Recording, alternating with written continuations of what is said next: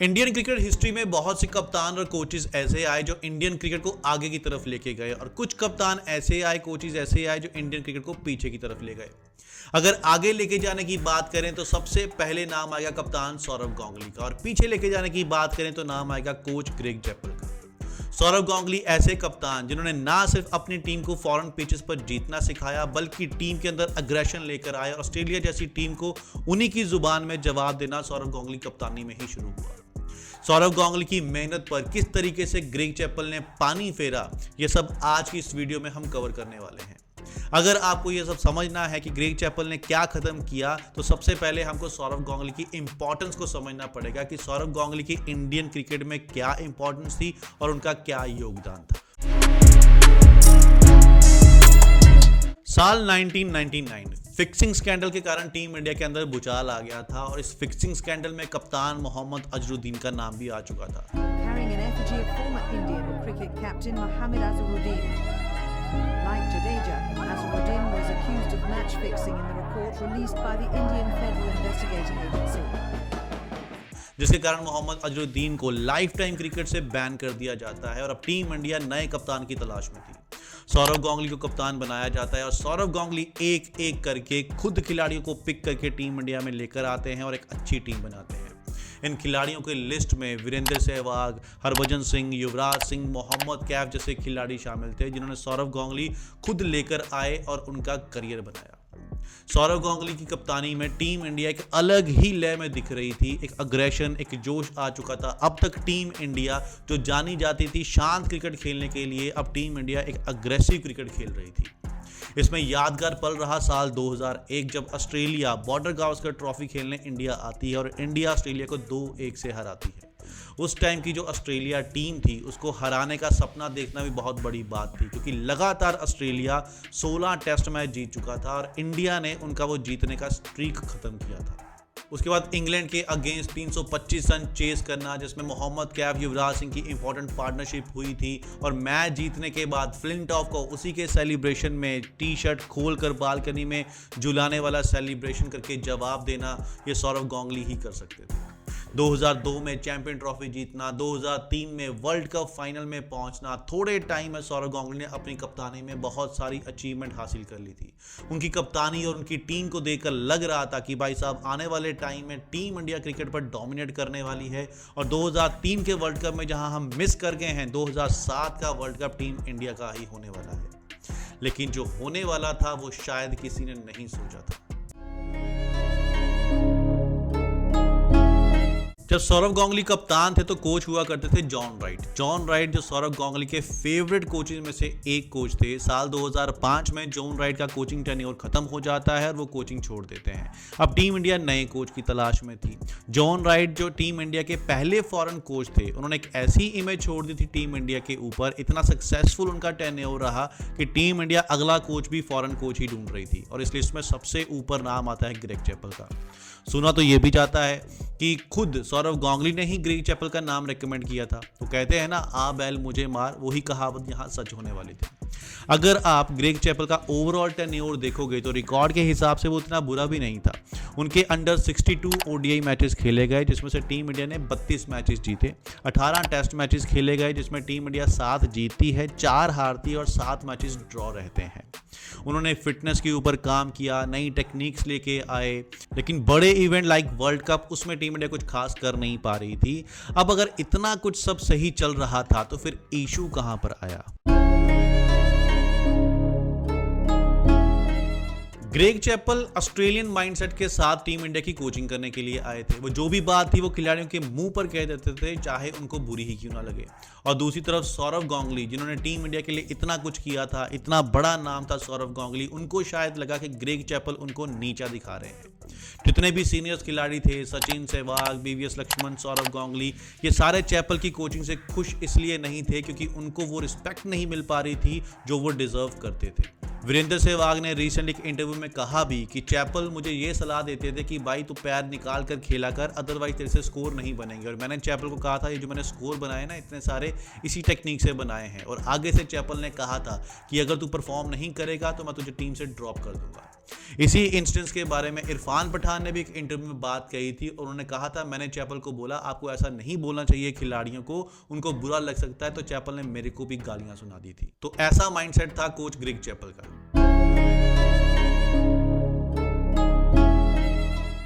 अभी तक जो भी कुछ हो रहा था वो सब पर्दे के पीछे हो रहा था, कुछ भी फैंस और मीडिया के सामने नहीं आया था। लेकिन साल 2005 में जब टीम इंडिया जिम्बाब्वे टूर पर जाती है, वहां पर मैच से पहले सौरव गांगुली और ग्रेग चैपल के बीच में किसी बात को लेकर बहस हो जाती है। उस मैच में सौरव गांगुली 100 बनाते हैं और प्रेस कॉन्फ्रेंस में जब वो आते हैं वो एक ऐसी स्टेटमेंट देते हैं जिससे पूरे मीडिया और क्रिकेट फैंस में खलबली मच जाती है। सौरव गांगुली ने कहा कि इस मैच से पहले मुझको कप्तानी छोड़ने के लिए कहा गया। उन्होंने सीधा सीधा इशारा कोच ग्रेग चैपल की तरफ किया था कि ग्रेग चैपल ने उनको कप्तानी छोड़ने की सलाह दी है। इसके बाद ग्रेग चैपल की एक ईमेल लीक हो जाती है जो उन्होंने बीसीसीआई को की थी, जिसके अंदर लिखा गया था कि सौरव गांगुली की फिटनेस अच्छी नहीं है, वो डिसिप्लिन में नहीं है, उनका एटीट्यूड अच्छा नहीं है।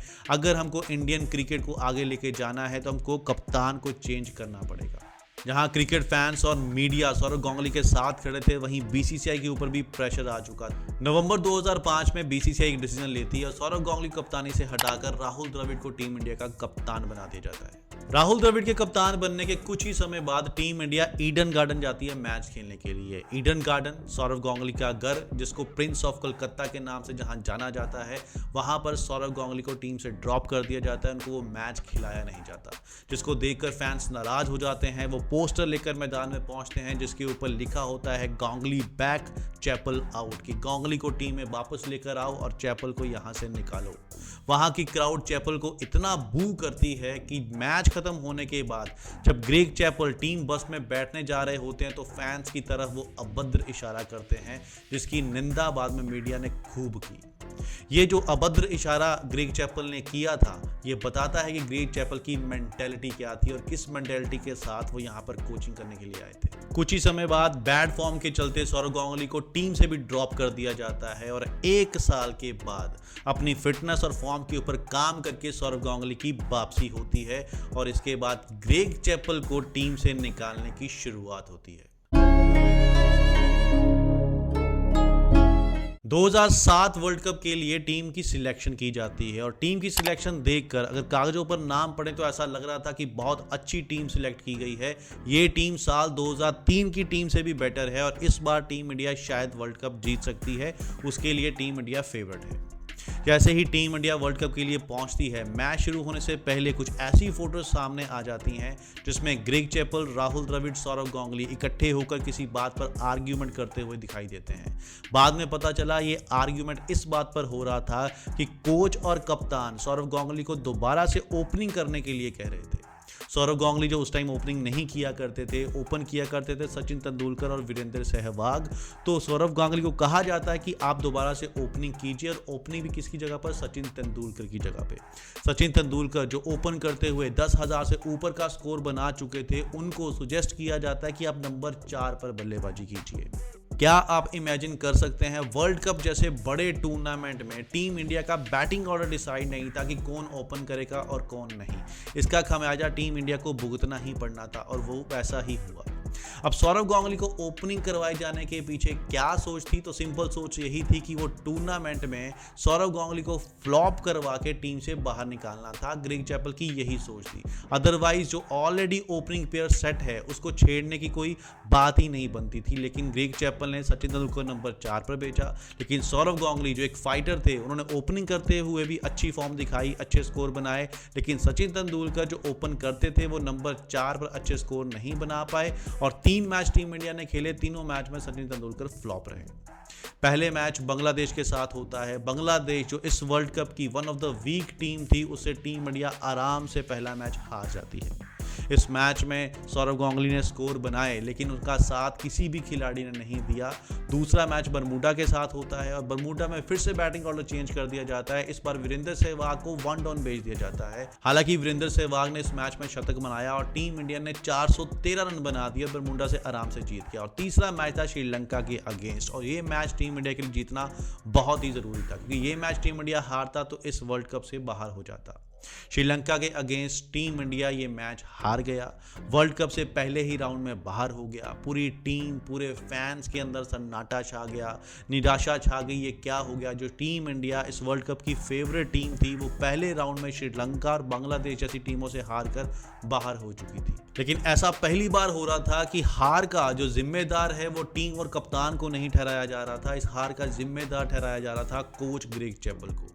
सारा प्रेशर अब कोच ग्रेग चैपल के ऊपर आ चुका था, सारा ब्लेम चैपल के ऊपर था। पीसीसीआई ने भी यहाँ पर डिसीजन लिया और ग्रेग चैपल की टीम इंडिया से विदाई की। वो कहते हैं ना, कर्मा जैसा आप करोगे वैसा वापस भी आएगा। सेम चीज़ यहाँ वैसी ही हो रही थी। जैसे स्ट्रैटेजी के साथ ग्रेग चैपल ने सौरव गांगुली को कप्तानी से उतारा था, टीम से बाहर का रास्ता दिखाया था, वैसे ही अब टाइम आ चुका था ग्रेग चैपल का इस टीम से बाहर जाने का। ग्रेग चैपल को इंडियन क्रिकेट हिस्ट्री में वर्स्ट कोच की लिस्ट में सबसे ऊपर रखा जाता है। तो ये कहानी थी इंडियन क्रिकेट हिस्ट्री की one of the biggest controversy, क्योंकि ऐसी कंट्रोवर्सी इससे पहले ना कभी देखी गई थी और ना इसके बाद देखी गई है। बहुत सी टीम इंडिया में कंट्रोवर्सीज होती हैं, लेकिन कोच और कप्तान के बीच इस तरीके की राइवलरी इससे पहले कभी नहीं देखी गई। तो चलिए आज की वीडियो में इतना ही। अगली वीडियो में मिलेंगे नए टॉपिक के साथ। जाते जाते आप सबको शुभकामनाएं। आपका दिन मंगलमय हो। जो वीडियो देख रहा है उसका भी, जो नहीं देख रहा उसका भी।